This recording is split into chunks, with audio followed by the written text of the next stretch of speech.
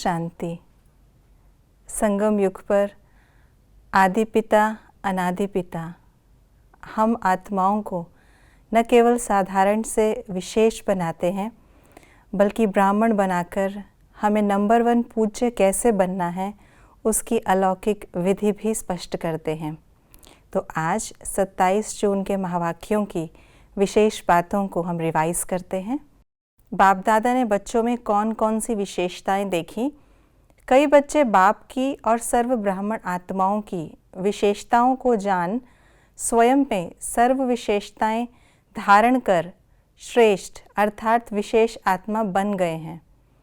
कई विशेषताओं को जान और देखकर खुश होते हैं, लेकिन अपने में सर्व विशेषताएं धारण करने की हिम्मत नहीं है। कई आत्मा में या ब्राह्मण परिवार में विशेषता होते हुए भी विशेषता के महत्व से नहीं देखते, एक दो को साधारण रूप से देखते हैं। संगम युग पर पूज्य आत्मा बनने की कौन सी अलौकिक विधियां बाबा ने स्पष्ट की। पूज्य बनना अर्थात दिल से सब माने। संगम युग में सदा दिल से उन पूज्य आत्माओं के प्रति सच्चे स्नेह की आरती उतारते रहते हैं। आत्माओं द्वारा सदा कोई न कोई प्राप्ति का कीर्तन करते रहते हैं। सदा उन आत्माओं के प्रति शुभ भावना की धूप व दीपक जगाते रहते हैं। बाप के ऊपर बलिहार जाने का हार सदा उन आत्माओं को स्वतः ही प्राप्त होता है। ऐसी आत्माएं सदा स्मृति स्वरूप के तिलकधारी होती हैं।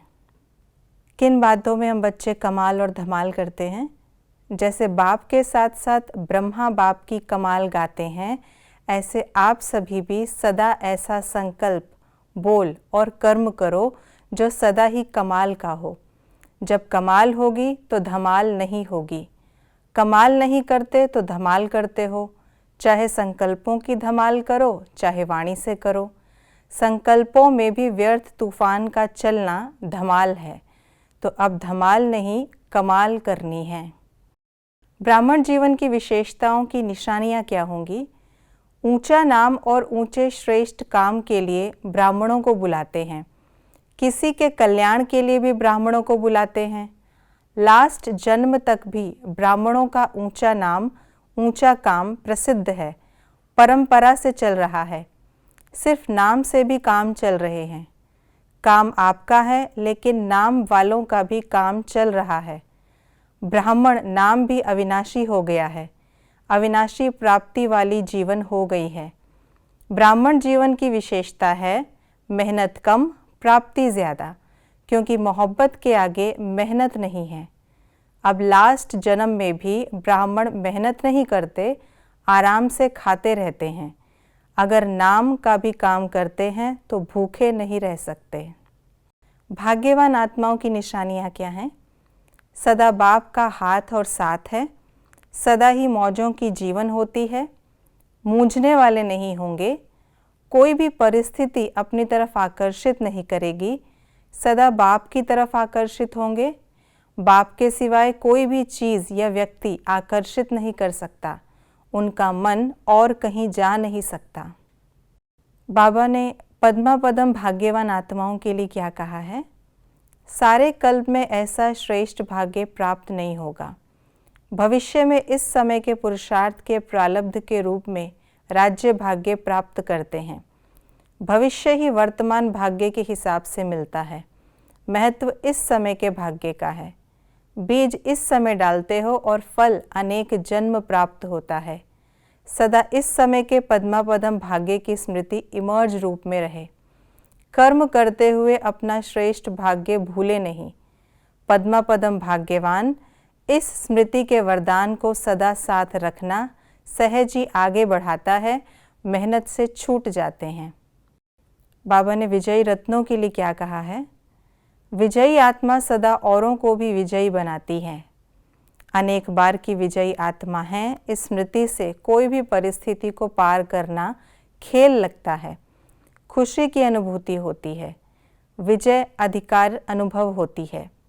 विजय की खुशी से अधिकार से आगे बढ़ते और बढ़ाते चलो।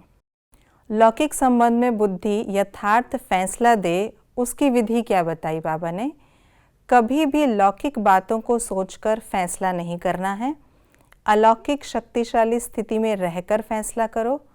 लौकिक वृत्ति भूल आत्मा समझ फिर फैसला करो तो यथार्थ फैसला होगा।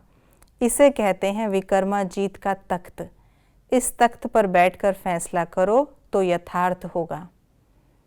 सर्वशक्तियों से संपन्न बनने की विधियां कौन सी हैं? 2 शब्द याद रहें, एक साक्षी, दूसरा साथी। इससे बंधन मुक्त अवस्था जल्दी बन जाएगी। सर्वशक्तिवान का साथ है तो सर्वशक्तियाँ स्वतः प्राप्त हो जाती हैं। साथी बनकर चलने से कोई भी बंधन में बंधेंगे नहीं।